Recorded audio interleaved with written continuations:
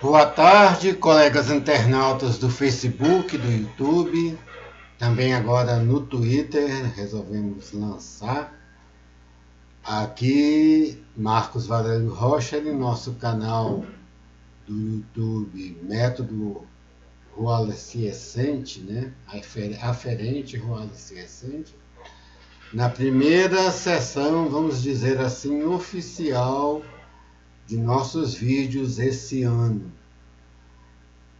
É a primeira sessão, mas com coisas bem antigas de nós já vimos discutindo, né? Esse vídeo, nossos vídeos são reflexões a partir de obras filosóficas, a partir de pensamento nosso em obras lançadas, né? E sobre fatos que acontecem no dia a dia. Nós fomos publicando livros a partir disso e uma conexão com obras filosóficas, né? Por enquanto clássicas. As últimas apresentações nossas foi sobre uma publicação do livro, aqui está ele, nós já vimos falar, Semiologia Brasileira da Religião e do Humanismo. É um livro até em tamanho de caráter enciclopédico, né? Mas por conta de semiologia e abarcar várias imagens, nós queríamos ser maior ainda. Queríamos gravar vídeos, né? Mas aí ficaria muito mais caro e nós não temos condição disso, né? Mas tiramos aqui, tem gravuras de fotos, né? Por isso, esse formato de gráficos aqui sobre o cérebro, nós estamos analisando também a questão da neurociência, então, e reportagens, fatos enciclopédicos, então isso é tudo dentro. A razão disso é a questão de ser uma semiologia, né? Essa semana nós voltamos a ter preocupação com fatos que nós já vimos discutindo desde o início, né? De nossas apresentações, e já começou desde o primeiro livro nosso, né, que foi publicado. Esse aqui totalmente artesanal, esse aqui é semi-artesanal, é de uma editora. Nós lançamos a publicação nos canais do Facebook, e do Twitter, né? A pessoa acesse lá e vai ver, né? Nós não queremos fazer assim, pegar o YouTube como canal de propaganda, apesar de estar sendo, né? Mas não é propaganda explícita. Assim. No YouTube, no Facebook, essa editora que publicou esse livro, ela disponibiliza que a gente possa lançar isso no YouTube, no WhatsApp e no Facebook, então nós lançamos no Facebook e no YouTube. Quem quiser, acompanha lá. Essa semana, então, falando, nós estamos vendo no campo internacional o dilema da Rússia, Estados Unidos e da Ucrânia. A Ucrânia é uma ex-república soviética. Nossa preocupação em nossas análises, já nesse livro, começou do desfazimento da União Soviética, né, com a queda do Muro de Berlim. E já as expectativas que se tinham naquela época, né, sobre o que viria depois, né? Nós já vimos isso aqui, vamos voltar aqui só para ler. Aqui já, esse livro já foi publicado, já vai fazer 2 anos já. Ora, que nós falamos? O presente trabalho foi escrito por volta de 1999, na virada do milênio, sobre o clima da queda do Muro de Berlim. Lá já se antevia o problema da descontinuidade, hoje com o Brexit, os populistas de direito, problemas de imigração e o surgimento de novos impérios, fazendo o mundo voltar para os termos do século XIX. Ele ficou bem, e essa preocupação, então, ficou bem atual, então resolvemos publicá-lo. Isso nós dizíamos lá. Numa outra, como se fosse uma introdução, nós falamos em aporias, a aporias continuou aqui, né? Aí falamos sobre essa questão dessa descontinuidade, que quando houve a queda do Muro de Berlim e a vitória capitalista, né, os liberais, nossa, voltamos a um outro mundo, em que as antigas contradições foram superadas, né? E a sociedade a democrata burguesa, ela já dá conta de tudo. E aí nós já antevimos lá essa descontinuidade. Nós escrevíamos isso por volta de 1999, como nós falamos, né? A gente já teve isso porque tinha muita gente criticando essa alferia. E já lá em 99, mais ou menos, 99, 2000, até 2008, mais ou menos, que ele foi sendo escrito, foi publicado em 2020, ano 2020. Então, fala, esse livro é sobre o descontínuo, principalmente a partir dos fatos após o Muro de Berlim, em que se chegou a falar em fim da história, com a vitória do pensamento liberal, no qual se vislumbrava o livre desenvolvimento humano e científico, mas se desdobrou em barbárie, como naquela época teve umas revoltas nos guetos, já daquela época, né, nos guetos negros dos Estados Unidos, principalmente uma grande revolta em Los Angeles. E você vai ver, vem reverberando até hoje que essas revoltas dos negros lá nos Estados Unidos recentemente. E os atentados terroristas, né? A intolerância na Europa e na Ásia e na América do Norte, a corrupção e miséria na África, América Central e do Sul, os conflitos étnicos no Oriente Médio e Índia, os avanços de doença como câncer, AIDS, surgimento de outras como vírus, ebola, etc. Esse etc aqui nós colocamos aqui, quem lê, quem quiser adquirir depois, né? Só para confirmar isso. Esse aqui já está até bem acabado, assim, bem velho já. Quem aqui vai ver, mas nós estamos outro em boas condições ainda, de tiragem nossa para vir, né? Então nós havíamos isso. Então, essa semana, o conflito Estados Unidos, Rússia e a Ucrânia se inscreve bem dentro dessa preocupação. Outro lado que nós vimos depois é com a vitória capitalista burguesa, os conflitos individuais. Nós já vimos aqui,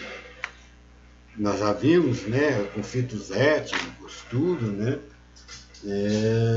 Nós já vimos vendo esse espraimento dos conflitos individuais em sentido geral. Aqui a gente já previa isso, porque o sistema capitalista é baseado na competição e é baseado no domínio do mercado, é baseado na busca de um poder. Então isso, não vamos dizer que o socialismo foi perfeito, teve vários erros graves, como tivemos, nessa questão mesmo de de liberdade individual, mas ele tinha uma proposta de superar essas desavenças. E no sistema capitalista que nós vivemos atualmente, não tem mais essa perspectiva, né?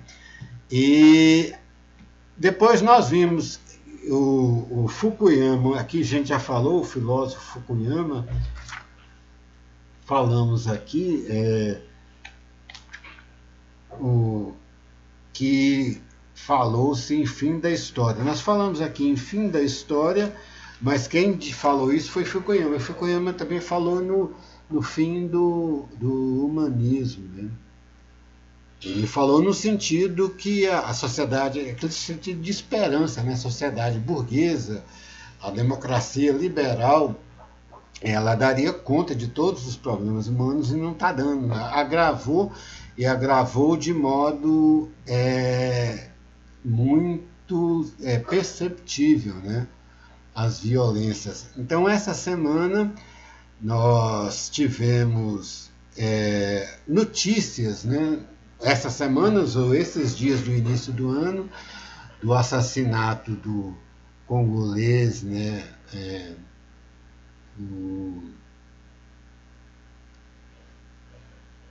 Aqui no Brasil, né? Ele tem um nome Martin. E também uma violência contra uma brasileira em Portugal. A violência é uma escola de uma criança portuguesa de 11 anos em que estão vendo a chamada xenofobia. Então isso é que nós vemos e nós detectamos ali, logo no início de Teilhard de Chardin, vou ver aqui o nome do congolês,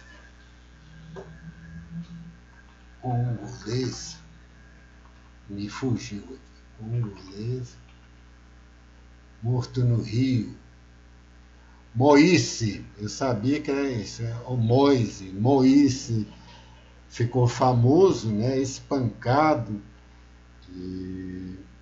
e a menina brasileira em Portugal. Ela não morreu, mas ela foi agredida, né, pelas colegas, e noticiam que por conta dessa xenofobia. Então, nós estamos falando, nós falamos aqui que esse ressurgimento está remetendo de novo ao século XIX e que o desenvolvimento capitalista, a competição entre as empresas, né, os estados tendem a formar impérios, né? Então aqui temos um velho império russo contra um império americano. Já tinha na União Soviética essa visão de império, mas eram dois polos e no final se harmonizavam, eram só dois, né? Agora não, tem a Rússia de um lado, tem a Europa do outro, tem os Estados Unidos do outro, tem a China na Ásia. Então a coisa está bem ao feitio do que era na virada do século XIX para o século XX, que gerou duas guerras mundiais. E juntos nós vemos as tendências nazi-fascistas, né, que se agudizaram naquela época e agora estão se agudizando em nível geral dentro da população. No Brasil, agora mesmo, uns tempos para cá, surgiu mais de 270 agremiações com tendências nazifascistas. Essa é uma tendência que nós já vimos aqui, e aqui nós já passamos a analisar essa questão do fim do humanismo. E nós já falamos, Teilhard de Chardin, ele fala que ele não queria ser metafísico. Nós começamos a ver com isso. E começamos a analisar que Kant foi o último grande moderno e que alicerçou o pensamento moderno atual. Ele era contrário à metafísica tradicional. e principalmente a metafísica que fala em Deus, né? Que ele chega mais ou menos ali junto com Hume, falando que a questão dos universais praticamente são questões de generalidades, né? Não existiam esses universais. Mas nós vimos que a metafísica, principalmente esses universais, eles são necessários. De outro lado, a ciência, por esse lado kantiano, radicalizou mesmo no âmbito capitalista, né, que passou a desprezar as religiões. O campo científico começou a desprezar as religiões. O liberalismo, no início, eles vislumbrava a religião como um costume, tudo, né, que tinha respeitado uma tradição, um pensamento individual, né, mas foi radicalizando, agora eles ainda pensam isso tudo, mas as políticas e as discussões e as coisas são para todos no sentido de querer barrar. E por conta disso, o pensamento metafísico e mais no campo religioso, ele é bem profundo e bem arraigado nas populações, e ele está sendo catapultuado para esse lado, né? Esse lado mais radical fundamentalista. Um vera sentido, né? Uma radicalização do lado puxa a radicalização do outro. E essa é mais ou menos a nossa visão e que nós analisamos aqui. E junto com isso tem as violências urbanas geral, que a gente está vendo aí, feminicídio muito por conta também dessa questão do poder. O poder é algo extremamente fálico, sexual, e a tradição do homem, né, ser o macho, ser o dominador, né, até na tradição, vamos dizer assim, darwinista. Então, toda essa tendência do capitalismo está reavivando essa tendência machista, que não é só aqui, os latinos já tinham isso, né, já era uma característica, mas está no mundo todo, né? Então, lendo uma passagem aqui para ver essa questão, que tem que se voltar mais para a questão da educação, né? E voltar a ver essa questão da metafísica. A metafísica não é só isso, né?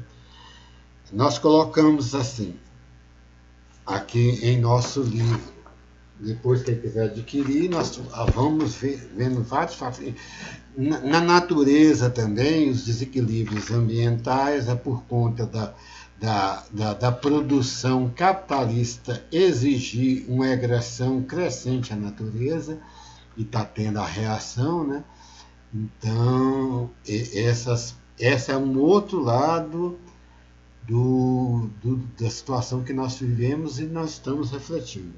Aqui nós falamos, a questão lógica cognitiva dos universais se mostra especialmente necessária no momento atual de questionamentos de ordem ética, com as violências sociais, como os assédios morais nas relações trabalhistas e profissionais, ou no crescente preconceito de ordem racial e sexual, e mesmo interpessoais estritos, no machismo, misoginia, criminalidade e violência doméstica, e entra também a xenofobia, nós colocamos aqui. Todos cobrem uma visão humanista que remete à questão dos universais ou do universal humanidade. Então, essa é a nossa preocupação que nós tivemos ao escrever esse livro, né? E voltamos a ter esses questionamentos, né? E ainda a questão darwinista, vamos dizer assim, positivista, o darwinismo quando valoriza o lado animal, o lado dos instintos humanos, né, como necessário, e uma visão freudiana também que segue essa linha na questão, principalmente do psicanalista Reich, na questão da achar que a liberação sexual geral vai trazer felicidade. Não é por aí, né, que os instintos têm um lado selvagem que Freud já tinha visto na questão do id. Nós analisamos isso aqui em nossa obra. E então voltamos a ter as mesmas preocupações. As pessoas que assassinaram Moïse, eles falaram que não queriam matar ele, né? Mas foi uma coisa que fugiu ao controle. E isso é por causa disso, essa questão desse instinto violento que está dentro. E todas as propagandas, isso né, em semiologia nós vamos analisar aqui, todas as propagandas atuais do capitalismo, do comércio, do consumismo, visam instigar esse lado sexual, né? E tem uma visão de um liberalismo capitalista radical, né, que coloca essa visão sexual como fundamental. É uma coisa importante, mas tem os seus lados, né? Tem que saber um desenvolvimento. Mesmo a grande imprensa no Brasil, a grande mídia, tem esse vislumbre, né, sempre de, enquanto economicamente elas são bem tradicionais no capitalismo ortodoxo, tudo, no capitalismo liberal é totalmente liberal. Eles querem descontar umas coisas, mas tem os seus problemas que nós estamos vendo surgir, né? De violências sexuais, até essa semana tivemos também o julgamento do Henri, do menino que foi morto, né, do Jairinho. O Henri foi o que morreu, o pai dele, o Jairinho, né, que foi uma coisa que está sendo recorrente, invariavelmente no Brasil está tendo violência contra as crianças, né? Nossa análise é muito derivado disso, né? E geralmente são pessoas, igual ele lá, que a mãe dele casou com outra, né? Com outro, então são oriundos de famílias assim, desestruturadas. Em geral, são assim. Então, a questão familiar é uma questão de origem ontológica e metafísica, principalmente religiosa, que tem que ser melhor analisada. Então, assim, vamos continuar nossas exposições essa semana. Boa noite.